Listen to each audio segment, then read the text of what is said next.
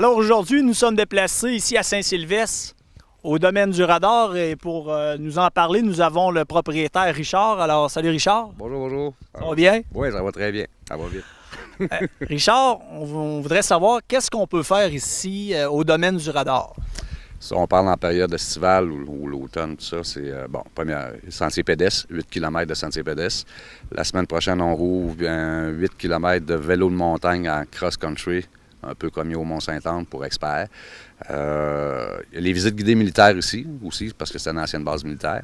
Fait qu'on part en autobus, on vous explique l'époque de la guerre froide, à quoi servaient toutes ces bases militaires-là. Puis on visite certains vestiges qui restent. Fait, on montre ce qu'est l'ancienne prison, l'ancien hôpital. On débarque les gens dans un tunnel souterrain. On commente les bâtiments. On visite le bunker en haut. Puis à la fin, on passe un documentaire qui a été fait par CTV en 1954, dans le temps que c'était opérationnel, puis qu'il y avait 1500 personnes qui restaient ici.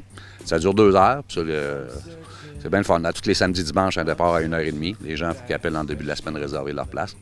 Fait que ça, du moment que la neige est finie, on commence vers je dirais mi-mai, jusqu'au mois de novembre à peu près. Sinon, après ça, beaucoup de camping. Il y en a 5 secteurs de camping à l'entrée directement là, où la Guérite, si on veut. Sur le bord du Petit Lac, sur le bord du Grand Lac, à mi-montagne et au sommet. Il y a plein de gens qui viennent camper directement au sommet. Tu peux monter avec ton motorisé, ta fifth wheel ou ta tente pour camper directement. Quand tu arrives en haut, ce qui est le fun, si c'est dégagé, tu es couché dans les étoiles le soir. C'est un beau spot. Partie d'entreprise, location de chalet, on a 7 chalets en location. On a New York aussi, puis une mini-maison. Fait que c'est assez diversifié, là, je te dirais. Aussi, on a j'ai ouvert depuis 5 ans, 5 sentiers pour les clubs de Jeep. Il y a 5 sentiers dédiés à eux avec des guides. C'est fait de manière... ça marche correct. Les gens, ils ont le sentier à eux autres uniquement. C'est pas une course, c'est plus des obstacles.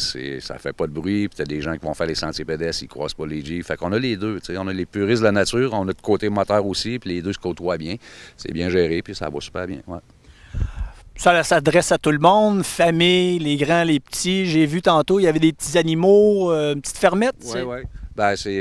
C'est familial ici. Un petit lac de baignade aussi. On a des wapitis puis des chèvres. Comme je te dis, sentiers pédestres aussi. Fait que tu viens passer ici, ça coûte 5$ l'entrée, c'est pas cher, là, puis tu peux passer la journée. Tu viens 15 minutes pour la journée. Puis les gens qui veulent venir voir la vue au sommet, parce que c'est le must. Les gens, quand ils veulent voir le Québec à partir de la Rive-Sud, honnêtement, c'est vraiment la plus belle place à partir de la Rive-Sud. Et les gens, des fois, sont moins en forme, quoi que ce soit, ils ne veulent pas monter par les sentiers pédestres. Les gens, ils peuvent monter avec leur auto directement en haut, là, pour aller prendre des photos. Puis ça. Ouais.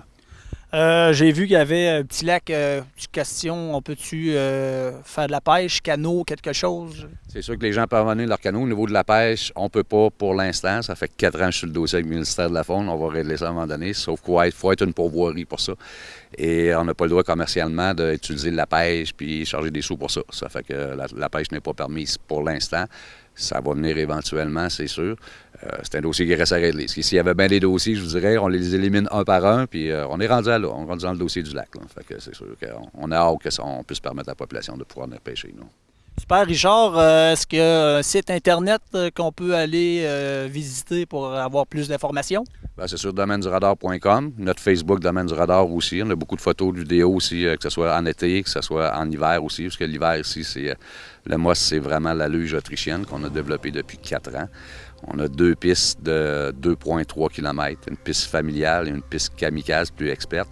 On part à 70 personnes, un départ le matin à 10 h pour 4 descentes. Il y a un autre 70 personnes à midi pour un autre 4 descentes, puis un autre 70 personnes à 2h30.